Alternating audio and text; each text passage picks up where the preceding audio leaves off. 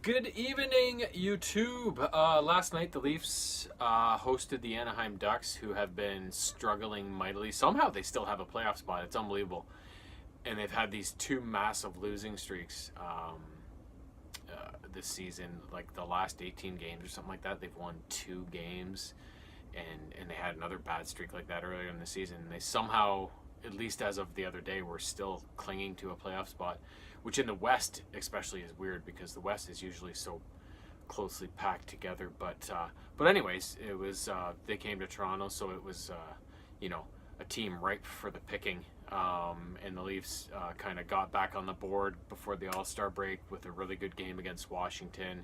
Kind of shit the bed against Detroit after the break, but that was to be expected a bit. And then, but then got right back at it against Pittsburgh. And so I was expecting a good game last night, and they didn't disappoint. They came out in the first period and outshot them by a fair margin. Not anything too extraneous, but we're the better team. Didn't get any results for it, but in the second period, the floodgates kind of opened and things really started piling up.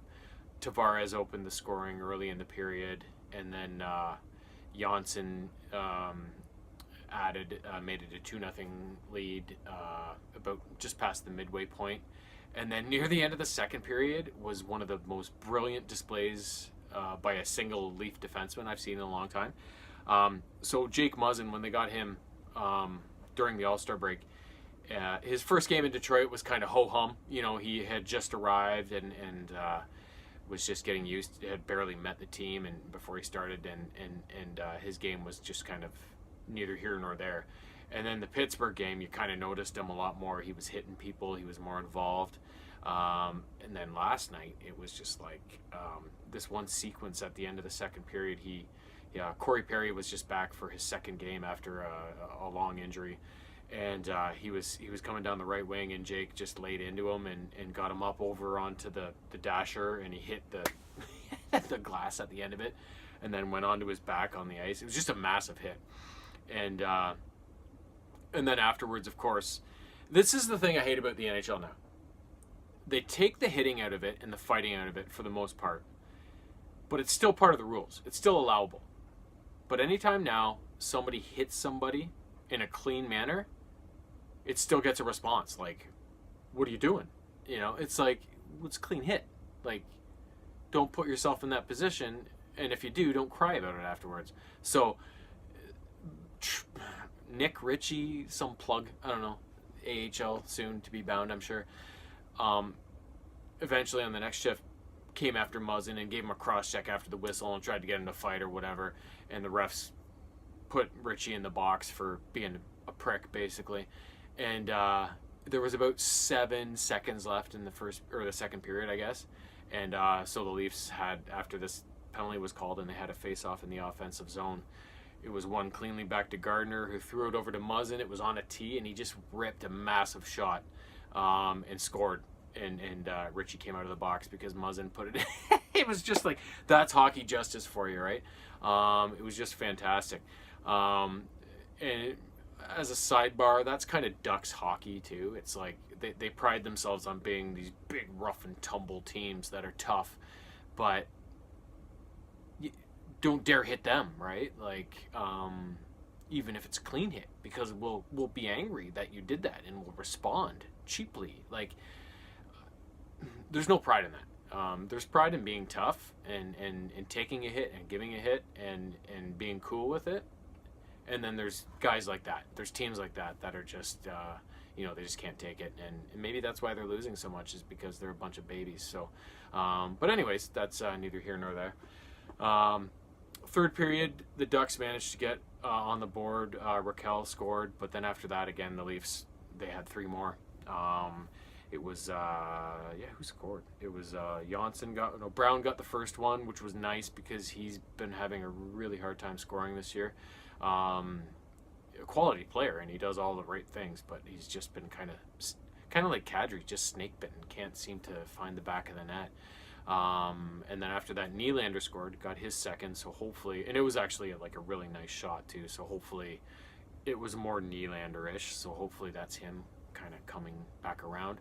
And then I forget who sealed the deal with the sixth goal, but anyways, it was huge night for the Leafs.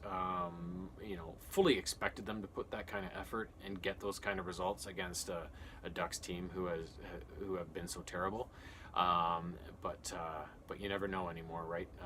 With the parity in the NHL, and a bad team can beat a good team on any given night if the good team doesn't show up. So that was encouraging, and yeah, with the way the defense has worked out with Muzzin's addition, that gives them a lot of. The Leafs needed him. His physicality and his competence in the defensive end was something the Leafs were sorely lacking, and his addition alone is massive. So all of a sudden the D-core is looking a lot better than it was a couple weeks ago, and the odd man out because of that has been Oshiganov, but that's the way it goes, and Anderson is back and looking good as usual. So hopefully this is again the start of a bit of a roll with the Washington win, the Pittsburgh win, and then the drubbing of the Ducks. Hopefully that's the Leafs coming around and getting things sorted out before the playoffs. And then also today as well, they finally signed Matthews to a new contract for 5 years at 11.6, something like that per year. So they've got him locked up, and Marner will be next. Who knows how all this is going to affect the cap and their ability to field or fill out the rest of the team over the years. It's going to be tough. They're going to have to let some guys go and kind of stock the rest of the lineup with young, cheap talent. As it's going to be very similar to the Blackhawks' problems during their kind of few cups that they won there. They every year they had to kind of they would let guys like Patrick Sharp go, like really good players that they just had to let go simply because of cap issues, right? So, but hopefully Dubas is up to the challenge, and the Leafs will be competitive for quite a few years, and hopefully at least bring one cup to Toronto, because we damn well need it. So that is all. I can't remember when the Leafs play next. I think it's Thursday, but either way, I will be back with my thoughts on the game. And until then, stay warm, stay dry, whatever it may be. And we'll talk to you soon. Bye-bye.